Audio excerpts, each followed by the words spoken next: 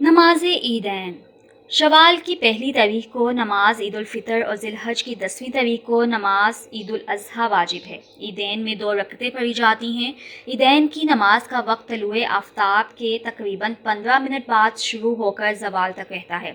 نماز عیدین کی ترکیب یہ ہے کہ امام کے پیچھے 2 رکعت واجب نماز 6 زائد تکبیروں کی نیت کر لیں۔ اس کے بعد تکبیر تحریمہ کہہ کر ہاتھ باندھ لیں، ثنا پڑھیں اور اس کے بعد دونوں ہاتھ اٹھاتے ہوئے معمولی فصل سے 3 مرتبہ تکبیر کہیں۔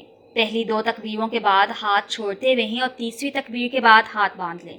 اس کے بعد سورہ فاتحہ اور سورت ملائیں، پھر رکوع سجدہ کر کے رکعت مکمل کریں اور دوسری رکعت میں اولاً فاتحہ اور سورت پڑھنے کے بعد رکوع میں نہ جائیں، بلکہ 3 مرتبہ ہاتھ اٹھا کر 3 تکبیریں کہیں اور درمیان میں ہاتھ نہ باندھیں۔